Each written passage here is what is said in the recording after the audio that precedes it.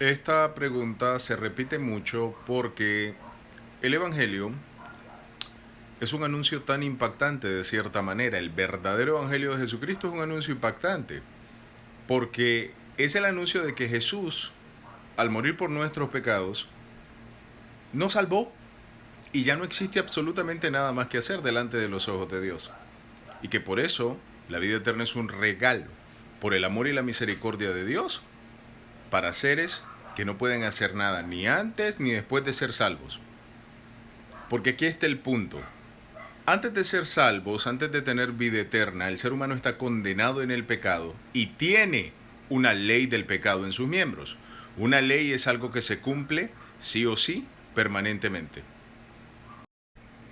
Y cuando el ser humano es salvo, ya no está condenado en el pecado porque dejó pasar su condena a Cristo por medio de la fe en el Evangelio, que es la consumación de que Cristo ya hace 2000 años pagó nuestra deuda.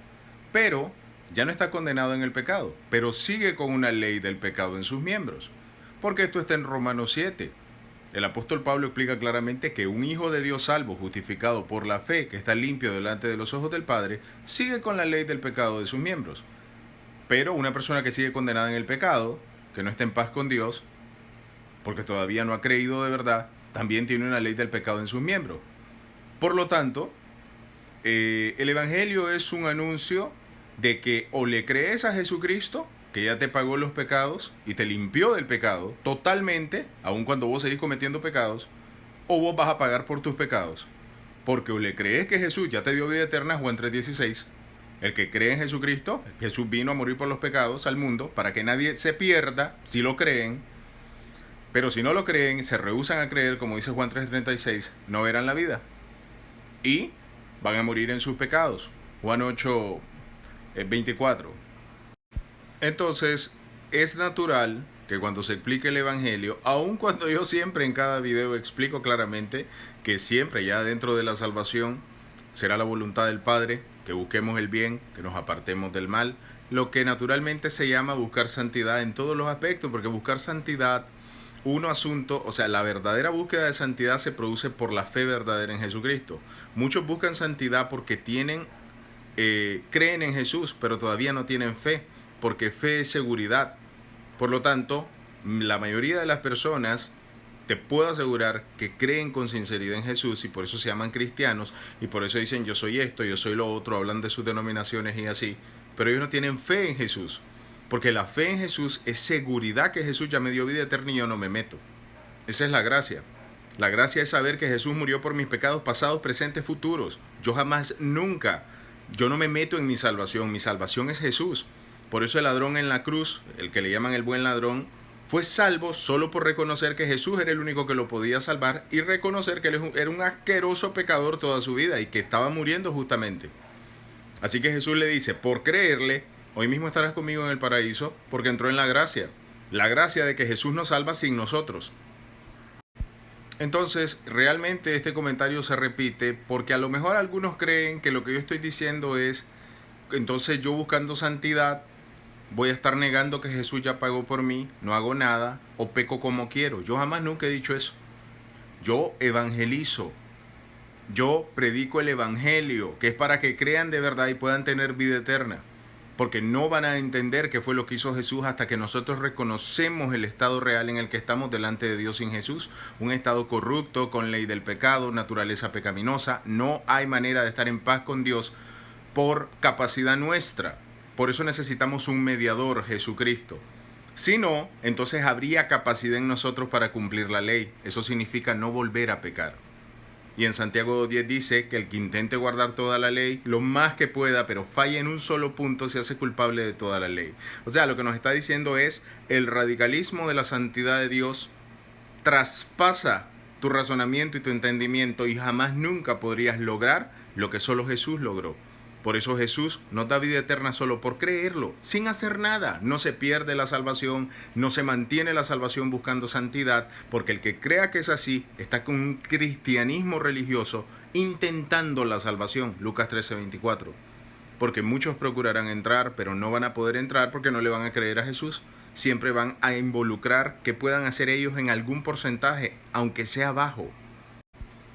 Por eso tiene que quedar primeramente claro lo que es el Evangelio, lo que es la vida eterna. Entender esto al 100% nos salva porque vamos a poder creer que ya mi Cristo, al ser condenado por mis pecados, me dio vida eterna. No existe más condena para mí, si no, no tendría sentido. Y si la persona lo entiende como lo entiende el común cristiano, Jesús tendría, según ellos, que estar bajando siempre a morir por los pecados que seguís cometiendo. No como práctica, un hijo de Dios, practicar el pecado es andar desenfrenadamente en el pecado sin que te importe. No crees en Jesús. No hay un nuevo nacimiento. Tu corazón no ha cambiado porque no has creído. Y no te has arrepentido. Si no te has arrepentido, la verdad, no has creído. Pero la palabra dice claramente que seguís cometiendo pecados. Y que la única manera de estar limpio delante de Dios como un justo, declarado justo, es por la fe en Jesucristo. Romanos 5.1. Justificados pues por la fe, tenemos paz con el Padre por medio de nuestro Señor Jesucristo. Diciendo esto, tu pregunta específica es, ¿cuál debe de ser mi comportamiento? Una vez salvo, entendiendo lo que te estoy explicando, una vez salvo, Dios Padre, as simple as that, Dios Padre quiere que busquemos el bien y que nos apartemos del mal. Romanos 6. Perseveraremos en el pecado para que la gracia abunde, porque ya estamos salvos y no nos puede volver a condenar el pecado de ninguna manera. Porque los que hemos muerto al pecado, ¿cómo podemos seguir viviendo en él como si nada? Si ya Jesús nos dejó limpios, morimos en esa cruz, fuimos crucificados con Jesús por medio de la fe, nuestra deuda más no existe. Por lo tanto, dice Romanos 6, no reine pues el pecado, que puede reinar, porque si no, no nos dijera no reine. No reine pues el pecado en su cuerpo mortal, de modo que ustedes estén fundidos en él, que le obedezcan en la concupiscencia de su carne sin ninguna ligera intención de cambio. Más bien presenten sus miembros como instrumentos a la justicia, porque es lo bueno, porque es la perfecta voluntad de Dios en este corto peregrinaje, en este corto tiempito que tenemos en la vida, porque esto es corto, esta vida es efímera, es una tontería, y el que ya tiene vida eterna tiene el éxito más grande que existe. Entonces, la pregunta clara es, ¿pero qué hago? Siempre será la voluntad de Dios que busquemos el bien, pero no por salvación, porque quien nos salvó fue Jesús, sino por nuestro bienestar, porque el pecado siempre trae consecuencias. Si no, anda a ver las noticias, anda a ver las noticias de toda la gente que hace mal, cómo está sufriendo. Es así. Así que ese es el entendimiento, entender lo que es el Evangelio, que es una salvación totalmente por gracia, y dentro de esa salvación hay una doctrina. Doctrina es la orientación de Dios dentro del pacto de Cristo. Para los hijos, ¿qué quiere Dios para nosotros? ¿Qué es lo correcto para nosotros? Siempre será buscar el bien en todos los aspectos. El bien, sobre todo la fe, que por la fe es que se produce lo demás. Fe, amor, bien. La fe va a producir todo eso. Paz, gozo, amor al prójimo, todo eso. Conciencia de no estar repleto de la pecaminosidad. Es simple, es solo eso. O sea, para el Señor dice, su voluntad es que nos abstengamos de todo mal. Eso lo podemos leer en la doctrina. Para los que fueron salvos, solo por creer en Cristo, sin hacer nada, ni antes ni después. Ese es el Evangelio.